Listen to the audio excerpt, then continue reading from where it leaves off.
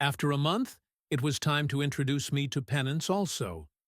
Every nun possesses two implements of penance.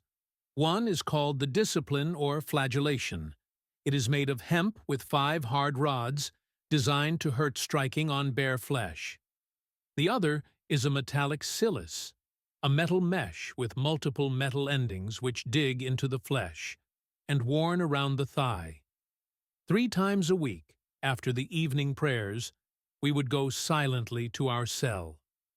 There, we would pull down our inner pants, pull up the habit, and bunch it around our waist, holding it in place with one hand. The first time I did it, I felt very embarrassed, until I reminded myself, all the nuns were doing the same. The mother prioress would intone the psalm, Miserere mei, Deus. We join in, chanting or singing it, while hitting ourselves in a left hand motion, each stroke hitting at the bare flesh behind.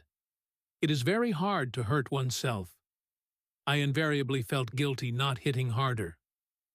Sister Immaculate, she hits so hard, her rods are bloodied, one young nun told me. I tried it, and succeeded only a couple of times. Even then, there were mere traces of blood.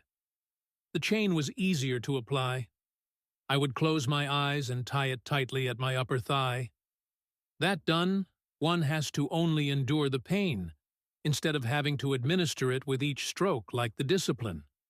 However, the chain, tied tightly, was very hard to endure. It left me on edge.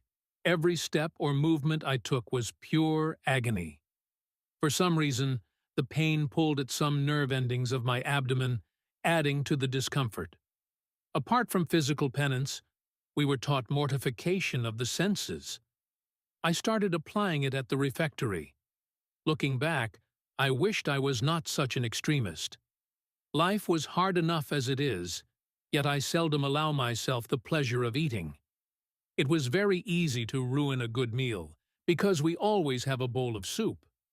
Often it was very difficult to eat soup of mung beans.